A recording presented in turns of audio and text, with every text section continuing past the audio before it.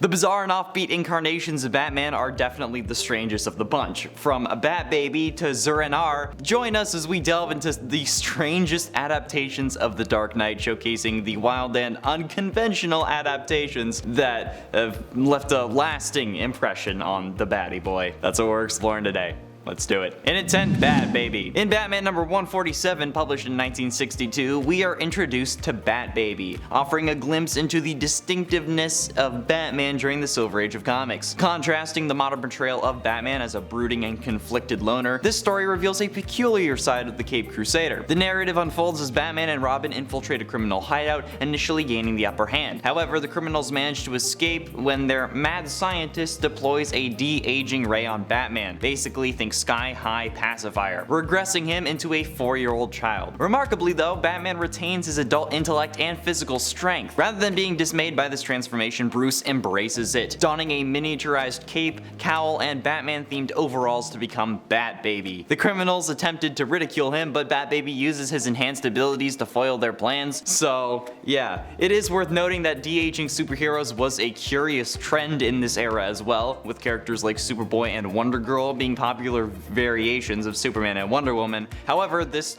takes that to a literal extreme. The concept of a baby Bruce Wayne fighting crime did not have lasting popularity, and Batbaby remains a singular appearance in DC Comics, which was in Batman number 147. But I think we can all kind of appreciate that. In at 9, Satan Batman. In this future incarnation, Damian Wayne assumes the role of Batman following the demise of the second Batman. Possessing supernatural abilities and the willingness to take lives, Damian believed that resorting to lethal methods was necessary to combat crime, setting him apart from any other members of the Bat family. Despite the efforts of Father James Gordon and Alfred to guide him towards a different path, Damian remained steadfast in his convictions. A heated argument with his father resulted in Damian severely injuring him with a dangerously close stab wound, leading to his expulsion from the Batcave by Alfred. During his tenure as Batman, Damian faced a formidable adversary in the form of Michael Lane, the former Azrael, driven by an unhinged obsession to destroy Batman under the influence of Simon Hurt. As chaos engulfed the planet, Gotham became a quarantine city overrun by Joker-affected inhabitants, and Talia al Ghul, Damian's mother, ordered the city's annihilation through a nuclear strike authorized by Simon Hurt, who had risen to the highest echelons of the American government. Remarkably, Damian survived the cataclysmic blast due to a pact he had made with Dr. Hurt, so I don't know what Simon was thinking, really, okay? He didn't think that one through. In at 8, Dark Claw. Logan Wayne is a combination of Bruce Wayne and Logan, being first introduced in Marvel vs. DC number 3. At 5 years old, after witnessing his parents' death at the hands of an armed robber, Logan Wayne was sent to live with his uncle in Alberta, Canada. All hail the North! His uncle was a member of the Royal Canadian Mounted Police, basically the Canadian FBI, and was ambushed and killed by poachers a short time after Logan's arrival in Canada. After the death of his uncle, Logan was sent to live in a home run by nuns, and as soon as he was old enough, he enlisted in the Royal Canadian Air Force. Logan was submitted to the Weapon X project, after that, the Canadian Super Soldier program, and it was here that Logan had adamantium bonded to his bones and learned of his meta-mutant nature. And since this is an amalgam, they are both considered metas and mutants, because that's basically the same thing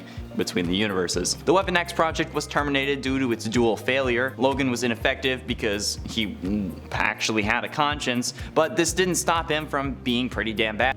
Having all the powers of Logan, as well as things like the Clawcopter and Clawmobile, and I'm not even kidding, this is in essence a superpowered Batman, which I think we all should know is pretty dope. Although I wonder if he has a Claw credit card. In at 7, Batmite. Batmite was a mischievous imp who appeared as a small childlike man donning an ill-fitting Batman costume with a black lightning bolt symbol. Hailing from another dimension, Batmite possessed nearly limitless magical powers. In his dimension, the resident imps idolized the heroes of Batman's world and would mimic their actions and adventures. Batman happened to be Batmite's favorite hero, obviously, leading to the imp visiting him on multiple occasions, often orchestrating peculiar events just to witness his hero in action. Despite his admiration though, Batmite was more of a bothersome pest than a supervillain, often realizing his actions had upset Batman and then leaving him alone. During his first visit to Earth, Batmite used his magical abilities to enhance Batman and Robin's crime-fighting efforts, albeit causing more trouble than assistance, but Batman eventually requested that Batmite apprehend the criminals himself. After fulfilling Batman's request, the imp complied and departed, vowing to return someday. Batmite did reappear later, this time causing chaos chaos, not only for Batman and Robin, but also for the newly introduced Batwoman. So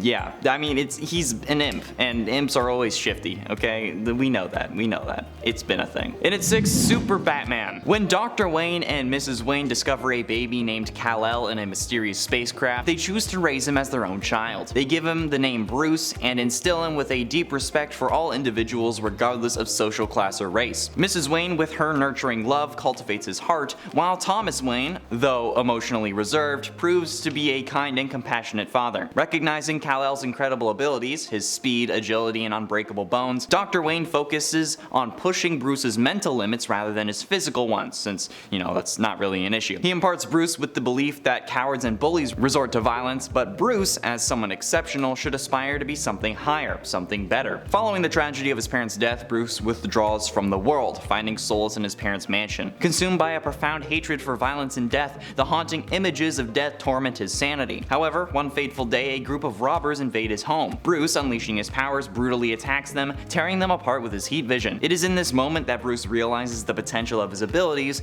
and resolves to utilize his powers for a greater purpose and adopts the identity of Batman, a symbol of justice and protection. So basically, it's if Superman was Bruce Wayne, which is dope as hell. It's from Superman Speeding Bullets, in case you were wondering. Check it out, it's actually really cool. Halfway through into number 5, John Paul Valley. John Paul Valley, also known as Azrael, was a vigilante who once operated in Gotham City. During a short period, he temporarily assumed the mantle of Batman after the original Dark Knight was incapacitated by Bane. However, his time as Batman was marred by a descent into insanity, leading to dire consequences. As Batman, John Paul succumbed to the darkness within himself, unleashing a brutal and merciless brand of justice upon minor criminals. He inflicted permanent damage to his adversaries, leaving them crippled and beyond recovery, and one such instance was when he ruthlessly assaulted the Tallyman, mistaking him for the original Batman and retaliating for an attempted assassination. In his tumultuous tenure as Batman, John Paul also thwarted the Trigger Twins during a train heist and confronted Mr. Freeze at the Gotham morgue. These confrontations further showcased his unpredictable and aggressive nature as he struggled to maintain control over his actions. Ultimately, John Paul's time as Batman came to an end as he was forcibly removed from the role, but he returned to his original identity as Azrael. His tenure as Dark Knight serves as a cautionary tale, but also he went insane and started seeing Batmite,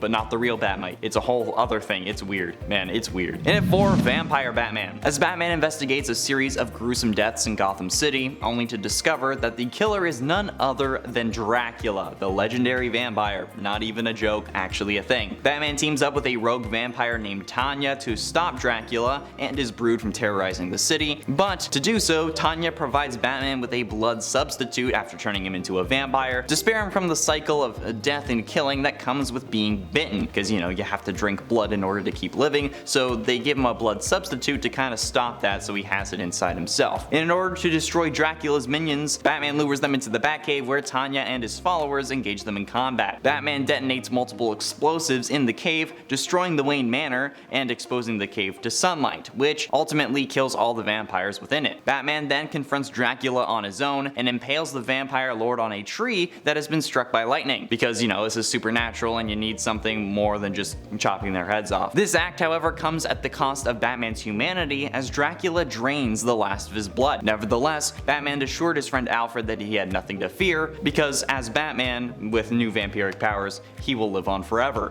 But I'm pretty sure that this doesn't go well, and I'm pretty sure he tries to take over the world. Don't quote me on that, but if you want to know for yourself, check out Batman and Dracula Red Reign. Getting close to the end, at number 3, Elliot Ness. Elliot Ness, a dedicated federal agent, was entrusted with the formidable task of dismantling the criminal empire of Al Capone during the era of Prohibition in Chicago, and this is also a real thing. This actually happened. But in this story, he was leading a team comprising of Danny Rasher, Frank Basil, and George Kogan. They became renowned as the Untouchables, earning the moniker bestowed upon them by the press. Despite their unwavering determination, they found themselves constantly constrained by legal limitations in their pursuit of justice. Driven by an unyielding desire to rid the city of crime, though, Ness eventually adopted a clandestine alter ego and transformed into the Batman. Operating under the cover of darkness, his vigilante persona straddled the fine line between law enforcement and vigilantism. This dual role allowed him to operate outside of the confines of the law, using unconventional means to bring down the criminals who eluded traditional justice. But since he was actually a federal agent, he was able to, do things enough so that they couldn't just say, hey, he's a vigilante, this doesn't count. Elliot Ness, the federal agent, turned into a masked crusader, undertook the mantle of Batman to confront the criminal underworld both within and outside the boundaries of the law, embodying a symbol of unwavering justice, but who also hunts Kronos with Dean Winchester on the weekends. But ultimately, in at number 2, Zur En Arrh. The enigmatic phrase Zur En Arrh began appearing throughout the streets and dark alleys of Gotham City, often accompanying Batman's encounters with criminals like the Joker. As time passed, the phrase continued to manifest, typically as graffiti in the background, until one fateful encounter with the Black Glove who shattered Batman's mind. Various leader Simon Hurt exploited a deep-seated psychological trauma within Batman, triggering a mental breakdown. In the wake of this devastating event, it was unveiled that Batman had constructed a backup personality dormant within his subconscious for years, awaiting the activation code Zur En Arrh. This alternate persona transformed Bruce into a deranged Batman that called himself Zur En Arrh, which is a twisted reflection of his former self. Empowered by the persona of Zur En Arrh, Batman confronted the Black Glove at Arkham Asylum, where they sought to wager his life in a treacherous gambling game. He also faced off against the Joker, but despite his valiant efforts, he ultimately succumbed to defeat, entombed alive within the asylum's graveyard. That's so messed up. That's insane, dude. God. And finally, in at number 1, Lovecraft Batman. After witnessing the brutal death of his parents during childhood, Bruce Wayne embarked on a relentless quest spanning 2 decades to unravel the mysteries of criminal behavior. However, everything takes a dramatic turn when he, along with his trusted companions, venture to the Antarctic in search of an expedition team led by the eccentric socialite Oswald Cobblepot. What awaits Bruce in this frozen realm, though, is a peculiar sight. Cobblepot wandering alone in the icy wilderness, while one of his crewmen, Grendon, had transformed into a lifeless yet animated corpse, unearthing a creature trapped within the frozen depths. Driven by the sense of duty, Bruce sees the opportunity to bring Grendon and the unearthed creature back to Gotham under his custody. However, as the backdrop of the crime-ridden roaring 20s sets the stage, Bruce becomes entangled in a web of connections that link Gotham's dark past to his own father, his parents' death, and a slain scientist named Kirk Longstrom, who possesses the ability to communicate with bats. Through his investigations, Bruce discovers that he alone possesses the power to thwart the sinister cult of Ghoul, who seek to bring out the demise of Gotham and the world itself. Basically, this is Lovecraft Batman, okay? Think Cthulhu but Batman, and that's what you get. If you want to know more about Batman or other versions of other heroes, be sure you click the video that's popping up on screen. Thanks for watching.